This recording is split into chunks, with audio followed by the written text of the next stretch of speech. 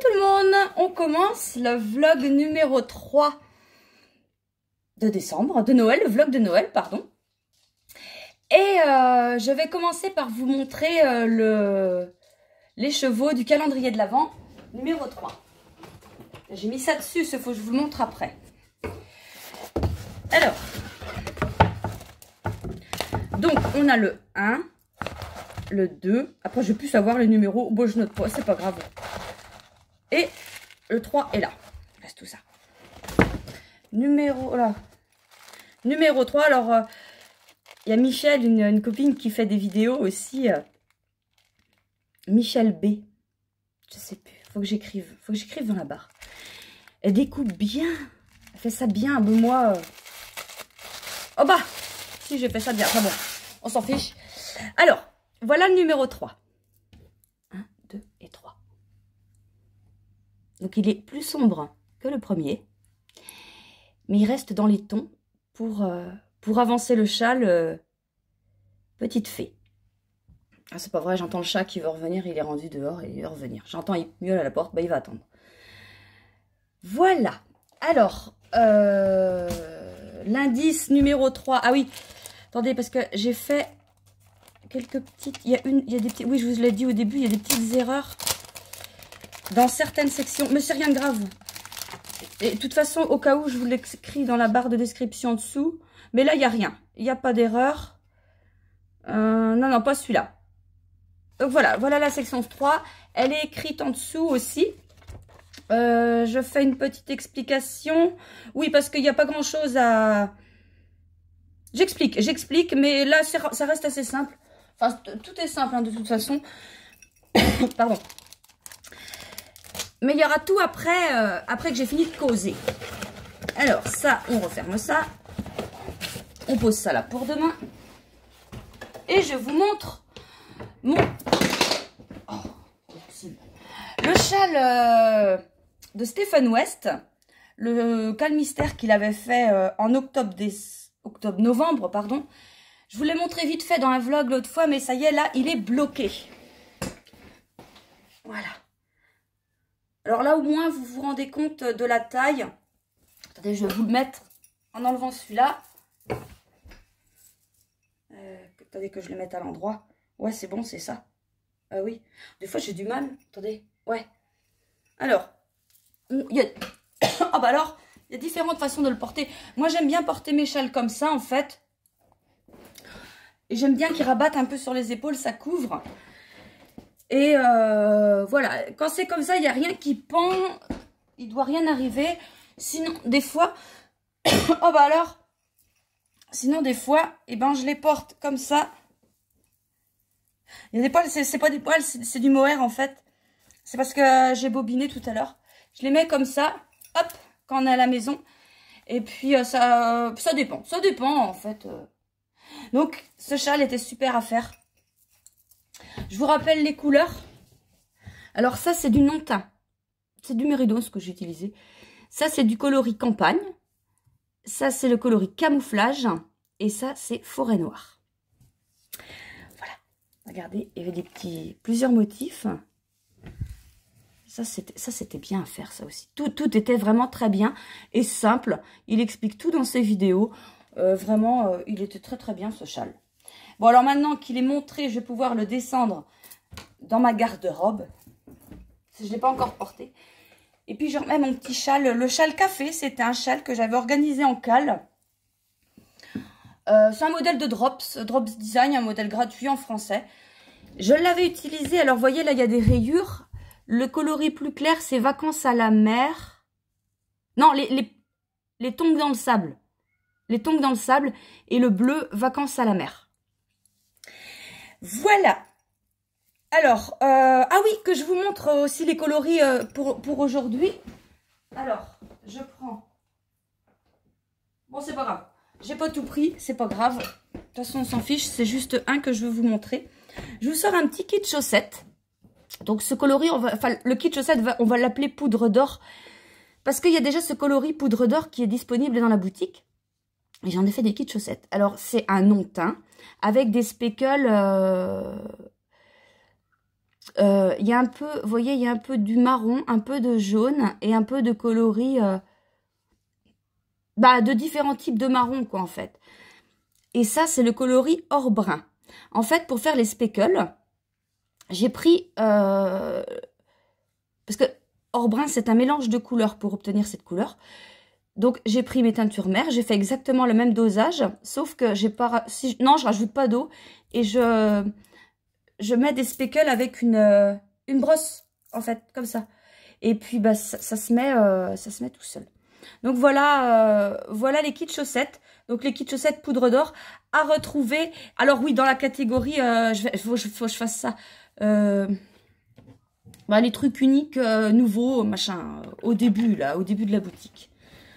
Alors, ça, c'est fait. Sinon, je n'ai rien d'autre de spécial à vous montrer aujourd'hui. Ça, c'est le truc du calendrier. Aujourd'hui, on va répondre à une nouvelle question. Alors, c'est une question qui m'a été posée plusieurs fois dans différentes manières. Alors, j'ai commencé à noter les noms, mais il y en avait tellement. J'ai arrêté. Donc, comment es-tu devenue teinturière? Qu'as-tu fait des premiers écheveaux teints à la main? Quel coloris? Comment as-tu eu l'idée? Ras-le-bol du métier? Point d'interrogation. Comment t'es-tu formée? Alors, je suis teinturière indépendante depuis octobre 2021. Oui, j'ai du mal avec les dates. Ça fait 2 ans, j'ai toujours, enfin non pas toujours, j'ai commencé à tricoter. J'étais enceinte de ma fille Inès, donc ça fait plus de 17 ans parce qu'elle aurait eu 17 ans en janvier. Donc ça fait 17 ans et demi que j'ai commencé à tricoter. J'avais envie, avant je faisais beaucoup de points de croix et puis je m'étais dit, parce qu'on avait déménagé tout, puis tous mes points de croix que j'avais mis en décoration, ça n'aurait plus été avec la nouvelle maison. Et je m'étais dit, faudrait se mettre à autre chose. J'ai quelque chose d'utile, tiens, le tricot. Mais j'avais jamais tricoté, enfin si, quand j'étais petite, je tricotais avec ma tata. Ma tata, c'était ma nourrice à l'époque. Et elle m'avait appris à tricoter. Je me rappelle, j'avais fait un carré rose, mais il y avait des trous dedans. Et ça m'énervait. Et j'ai repris, je me rappelle, j'étais dans une petite mercerie qui y avait pas loin de chez moi, dans un petit bourg, ça existe plus, ça malheureusement maintenant. J'ai acheté des aiguilles, j'ai acheté une pelote de laine rose et je suis partie avec ça.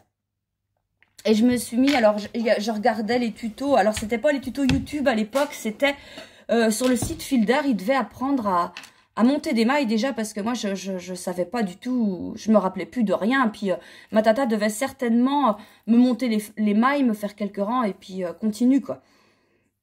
En un week-end j'ai appris à monter des mailles. C'était pas très avantageux. Après j'ai fait du point droit, du point envers. J'ai essayé de faire des augmentations, des diminutions, des jetés. À partir de ce moment-là, j'estime que si tu sais faire ça, tu sais tricoter. Enfin, tu sais tricoter. Tu restes débutante. Mais tu as les bases pour faire tous les points. Par exemple, tu fais ça, tu as les bases pour faire le châle petite fée. C'est la base. Voilà. Point en droit, point envers. Augmentation, diminution, jeté. Après, on les met différemment et tout ça pour faire des points ou des torsades ou des machins. Mais ça reste ça la base. Pour moi. Et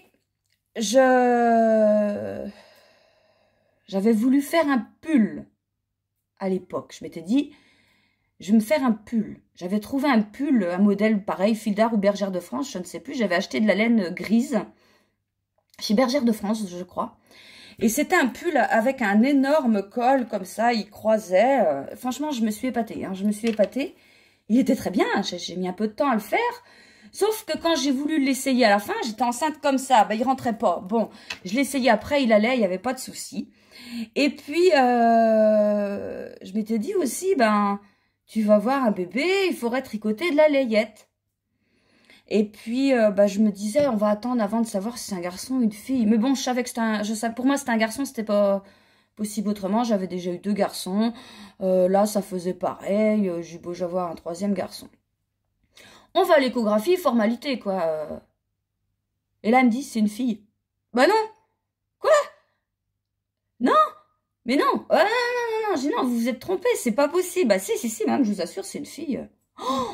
Oh là là, comment je vais faire avec une fille? Moi, je sais pas comment ça marche, les filles. Ne s'inquiétez pas, c'est comme les garçons. Oui, effectivement. Mais sur le coup, waouh. Et puis, bah, je m'étais dit, mais c'est super, attends, une fille.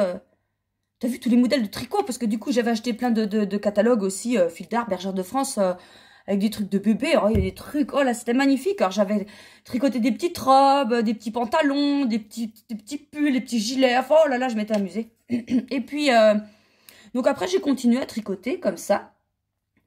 Et j'ai commencé à vouloir teindre ma laine. Alors, j'avais acheté de la laine. Alors après, c'était Alice Création, sur le site d'Alice Création que je l'achetais. Mais au début, c'était pas ça. Mais je ne sais plus. Il devait avoir un autre site, mais je ne sais plus du tout. Et j'achetais ma laine là et je teignais. Alors au début, j'avais teint avec des coloris, des colorants alimentaires, c'est ça. Il y avait plusieurs techniques, micro-ondes, à la cuisson, bah, comme je fais quand je fais des vidéos, vous savez, avec la gamelle d'eau, tout ça, vapeur, tout. J'avais tout testé, impeccable, ça tenait dans le temps. Et je me suis mis à faire de la teinture avec de la teinture qui réagit au bain d'acide. Donc, à peu près la même que j'ai actuellement pour mes teintures. Mais c'était la teinture Rit, vous savez, la moins chère qu'on trouve aussi chez Alice Création. Et j'avais fait ça. Et puis, bah, c'est vrai que je me débrouillais pas mal. Enfin, je trouvais. Et puis à la longue, bah, je teignais pas mal pour moi. Surtout pour moi, mais ça a duré des années. Hein, vous voyez, Inès aurait 17 ans, j'ai commencé à teindre, elle avait 2 ans, quoi. Enfin, peut-être.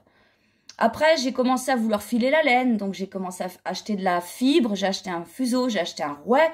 J'ai filé de la laine. Après, j'ai été chercher directement de la laine chez le monsieur qui a des moutons. Voilà, je vous avais déjà raconté ça dans la vlog, mais oui, j'étais allée le voir en demandant de la laine. Et puis, j'avais dit un petit bout comme ça. Il m'avait donné 2 gros big bags. Enfin, bon, j'avais déjà expliqué. Et puis, et voilà. Donc là, après, bah, je savais tout faire du début à la fin. Et la teinture m'a toujours plu. Et tout le temps, j'avais un coin dans ma tête qui me disait, t'en ferais bien ton métier. Et puis, t'avais l'autre voix qui disait, ouais, mais t'es pas bien, tu vas pas gagner ta vie avec ça. Oui. Et ça, c'était côté loisir. Sinon, en travail, j'ai commencé à travailler, j'avais 18 ans. J'étais en usine, enfin j'ai fait plein d'usines, j'étais en intérim, donc j'allais à droite, à gauche, j'avais tout le temps du boulot. Tout le temps. Après, j'ai eu Valentin, donc mon deuxième enfant. Et là, j'ai pris un congé parental. Et puis, je tricotais toujours, hein, je teignais toujours, tout ça, machin. Et puis, bah ouais, j'étais en usine, mais c'est pas ça que je voulais faire en fait. J'ai toujours voulu travailler avec les gens. J'ai toujours voulu, ouais, être dans l'aide à la personne, quoi, je savais pas. Mais voilà. Après, j'ai eu Inès. Et puis, j'étais en congé parental. Et puis, je me disais, bah après, quand j'aurai fini mon congé parental, je ferai aide à domicile. J'aimerais bien. Et je me rappelle avoir, bah non, Inès, non, c'était même pas la fin du congé parental, c'était bien avant. J'avais été voir à la maison de retraite, pardon, pas loin. Et puis, j'avais vu la directrice et je lui avais dit, voilà, j'aimerais bien être aide à domicile, mais pourquoi pas commencer en maison de retraite, faire agent des services hospitaliers, quoi. Puis, elle me dit, bah, Christelle, on se connaissait. Elle me dit, Christelle, c'est dommage, tu devrais passer ton diplôme d'aide-soignante. Oh, bah, attends, non, j'ai 31 ans, je veux pas retourner à l'école, c'est impossible, je suis nouille. Elle me dit, bah, non, fais-le. Bon, alors je me renseigne, ouais, faut passer des concours, tout ça, bon. J'achète les livres qu'il faut pour bosser, j'ai bossé toute seule, tout bien. Je passe les concours une première année. Dans un endroit, j'étais pas prise. Si, j'étais sur les listes d'attente. Mais vu la longueur des listes d'attente, je savais que j'allais pas être prise. Et j'avais repris le boulot hein, en ce temps-là, et j'étais dans une autre maison de retraite en tant qu'ASH, et ça me plaisait, j'aimais bien, je dis ouais, c'est ça que je veux faire, quoi. Et puis après, j'ai repassé le concours, et là, j'étais toujours sur liste d'attente, mais je savais que là, ça allait être bon. Et puis voilà, un jour, l'école m'appelle en me disant, bon bah Christelle, voilà, c'est bon, vous pouvez commencer début septembre la formation.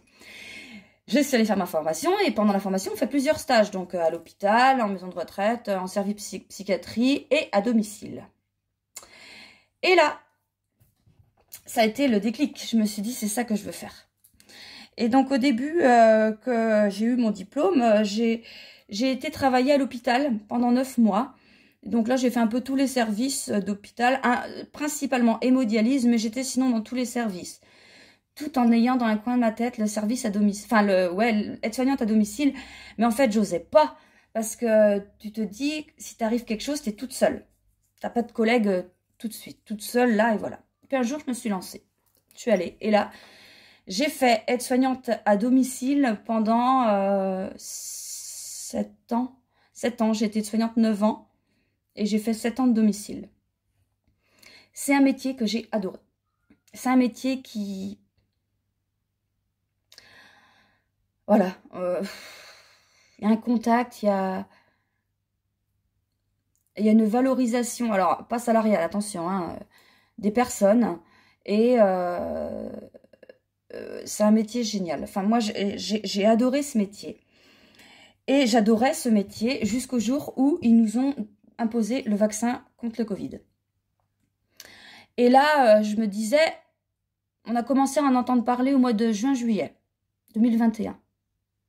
Oui. Et puis là, je me disais, attends, j'étais dans le privé. Quand il parlait des primes d'aide-soignante et tout, il les donnait qu'au service public, pas au privé. Donc, je me suis dit, le vaccin, ils vont le mettre pour le public et pas le privé. Non, ça s'est pas passé comme ça. Et je me disais toujours, ils vont changer d'avis, c'est pas possible, ils vont pas... Ils peuvent pas, vu le nombre de personnes qui refusaient, ils peuvent pas se priver d'autant de soignants tout court. Autant être soignante, infirmière, tout ça, c'est impossible. Et donc, c'était la date butoir pour le vaccin, c'était le 15 septembre. Et moi, mi-août, je reçois un mail de mon directeur en me disant, voilà, le vaccin est imposé, en fait, plus tôt que prévu. Ce qui était faux, mais bon, il avait tellement peur. Enfin bon, bref. Et il me dit, vous n'avez plus le droit de travailler depuis hier. Alors, ce jour-là, j'étais en couple. Donc, on travaillait le matin et le soir. Et je reçois le message l'après-midi. Et là, je l'appelle. Et je lui dis, bah j'arrête. Et puis, il me dit, ben non, Christelle, non. Il dit, ce que tu peux faire, tu peux continuer à travailler jusqu'à temps que tu décides de faire le vaccin. Non, cherche pas, je le ferai pas. Et puis, il me dit, bah, tu peux continuer en faisant des tests tous les jours. Enfin, c'était tous les 3 jours au début.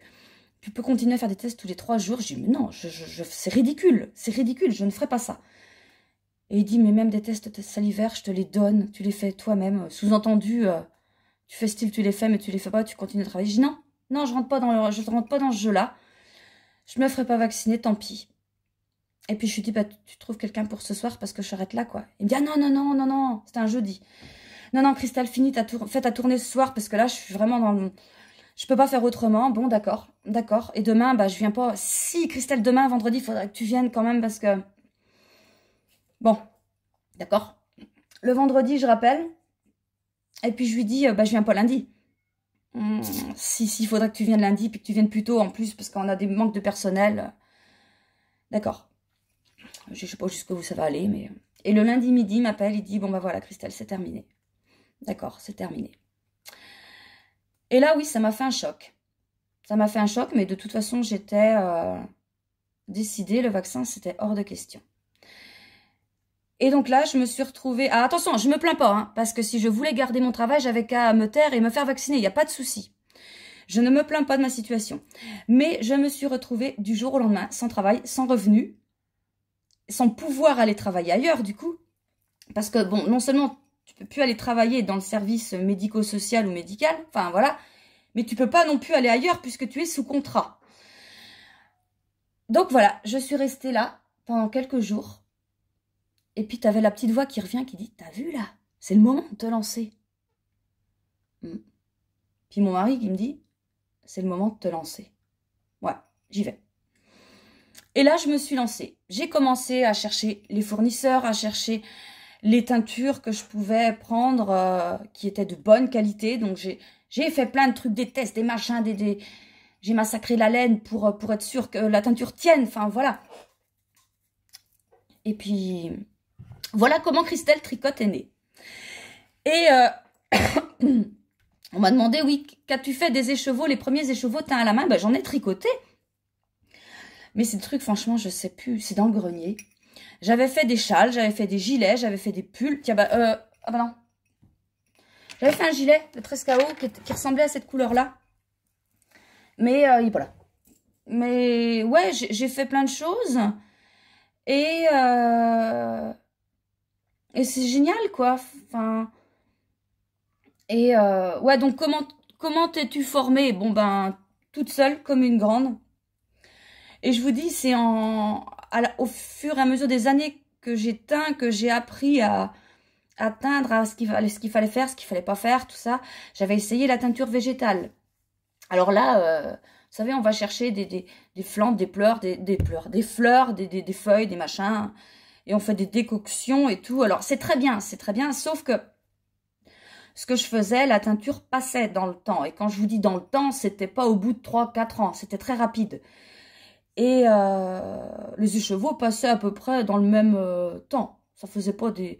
Mais voilà, c'était plus la couleur que je voulais... Enfin, j'avais tricoté un truc et la couleur que j'avais au bout de 6 mois, c'était plus la même que du début. Donc là, je m'étais dit, bah non, ça tu recommenceras pas, tu gères pas. Et voilà. Voilà comment je suis devenue teinturière. Alors après, de savoir où m'est venue cette idée de tricoter, de teindre, de machin, de laine, de personne.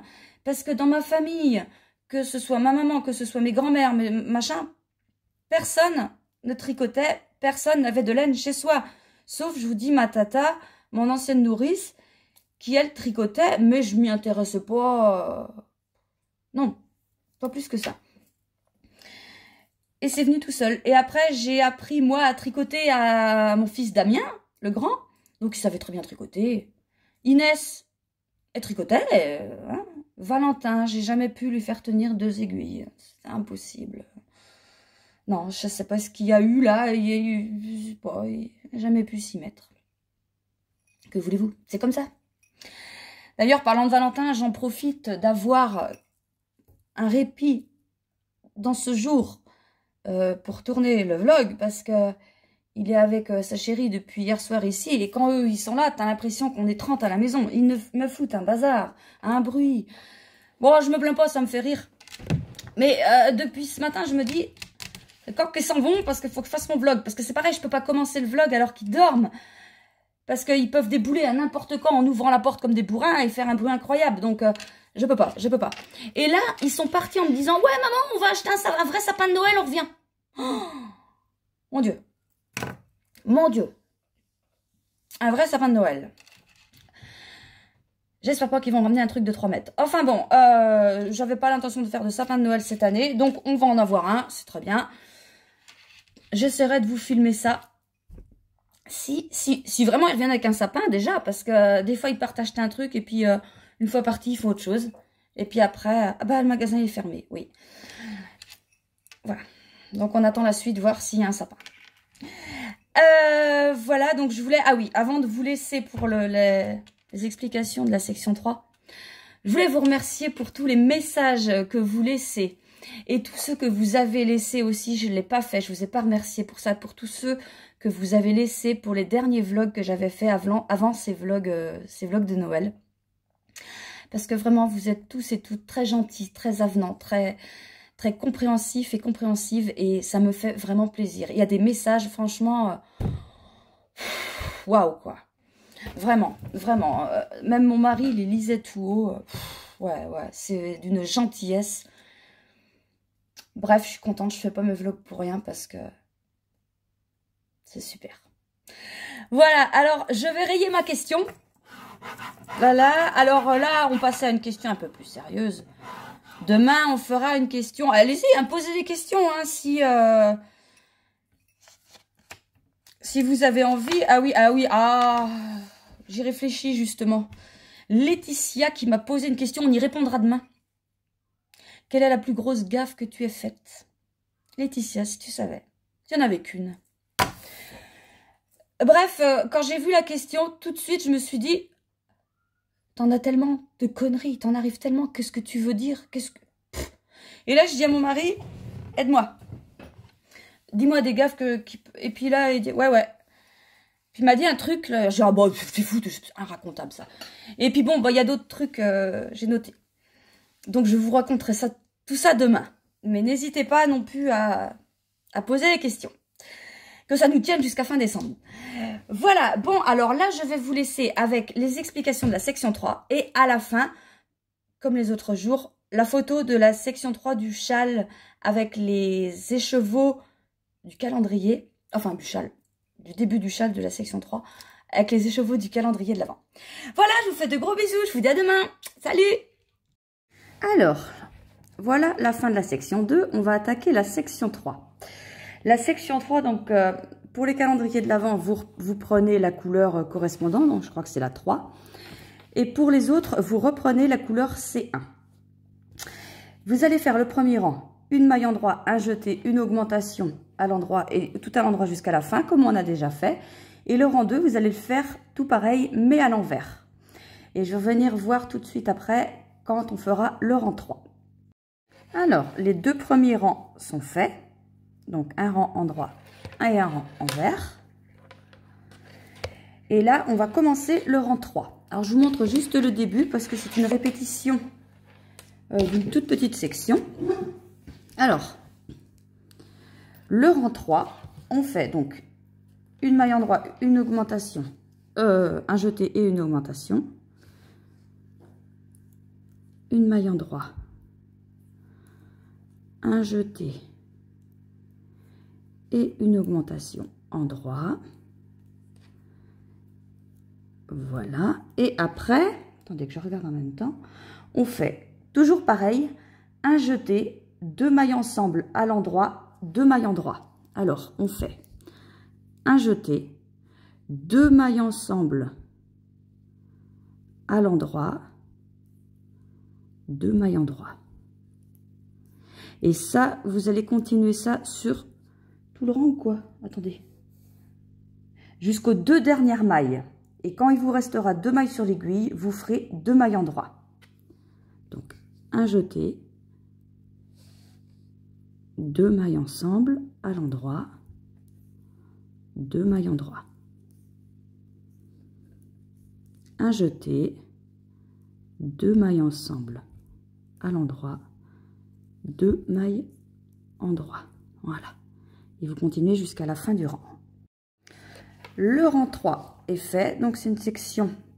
Voilà, vous avez un jeté, des mailles endroit, deux mailles, enfin, des mailles ensemble et des mailles endroit.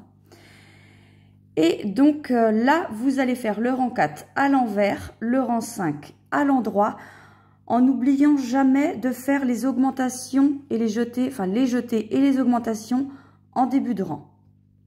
Alors, fin du rang 5. Maintenant, on va faire le rang 6. Donc, le rang 6, il est comme le rang 3, sauf que tout est à l'envers. Alors, une maille envers.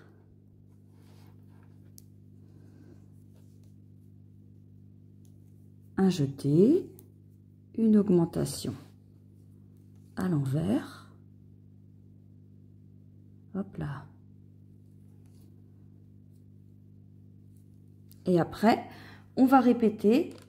Ah non, attendez. Avant, on fait deux mailles envers. C'est histoire de se recentrer par rapport au motif. Donc ça, vous n'oubliez pas tout le long des rangs de bien surveiller ça s'il y a des mailles avant ou après. Et là, on va faire deux mailles ensemble, un jeté, deux mailles envers. Donc, deux mailles ensemble, un jeté et deux mailles envers. Et vous allez répéter ça tout le rang. Deux mailles ensemble, un jeté, deux mailles envers.